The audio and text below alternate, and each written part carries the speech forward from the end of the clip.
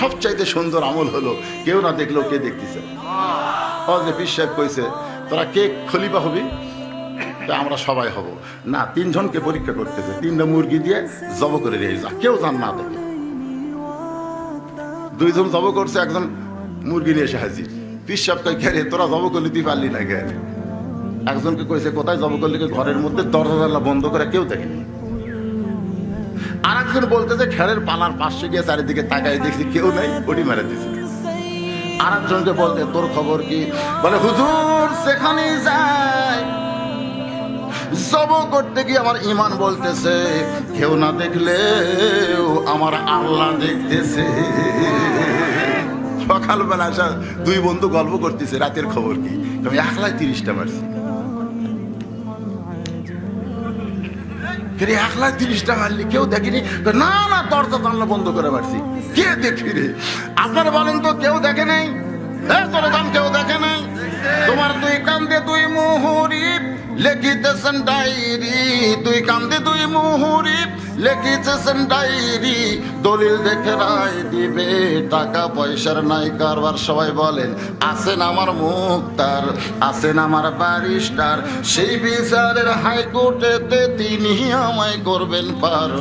আমি পাপী, তিনি জামিনদার। লিল্লাহে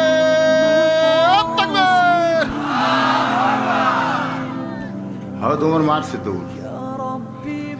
এক দৌড়ে পাহাড়ের পাদদেশে গিয়া চায় নামাজ পিছায় 2 রাকাত নামাজ পড়ে বলে আল্লাহ তোমার কোরআন এত সুন্দর, তোমার কোরআন যখন সমাজে চালু হয়ে যায় তখন কেউ না দেখলেও আল্লাহ দেখতে পায়।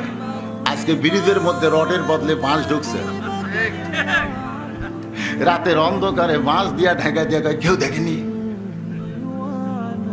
আল্লাহ সবচাইতে সুন্দর আমল হলো কেউ না দেখলো আল্লাহ দেখতেছে। ওমর ফারুক নামাজ পড়ে আল্লাহর কাছে শুকরিয়া তান কাঁদতেছে। এমন সময় রাখাল পিছনে এসে বলে প্রতীক যতই কান্দো উটের দুধ আমি তোমাকে দিবার পারলাম না, তুমি যতই কান্দো উটের দুধ দিবার পারলাম না।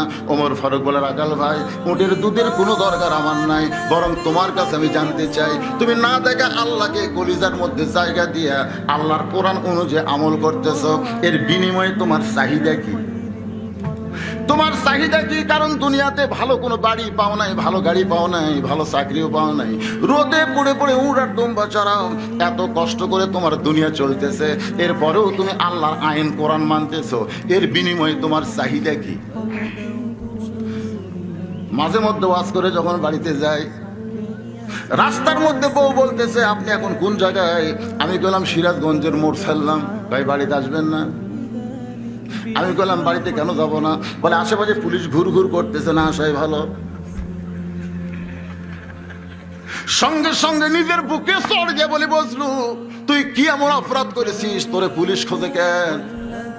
তুই তো চোরও না ডাকাত না, পুলিশ খোঁজার কারণ হলো আল্লাহর হক কথা অ্যাঙ্গেলে বলা, জোরে কোন কথা ঠিক কিনা? কি তোর চাহিদা? কত বক্তা ওয়াজ করে তাদেরকে তো পুলিশ খোঁজে না, তোরে খোঁজে কেন? তোর চাহিদা কি? ওমর ফারুক বলে রাখাল তোমার চাহিদা কি? ভালো কোনো চাকরি নাই, বাড়ি ঘর কিছুই নাই, খাবারও ভালো পাও না, এর বিনিময়ে তুমি আল্লাহর কোরআন অনুযায়ী চলো, এর বিনিময়ে তোমার চাহিদা কি?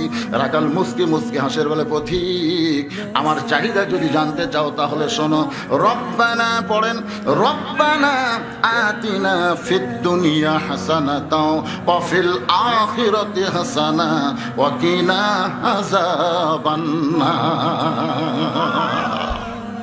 ওমর ফারুক বলে রাখাল ভাই তোমার চাহিদার কথা শুনতে চাইলাম, তুমি কোরআনের আয়াত শোনালা কেন?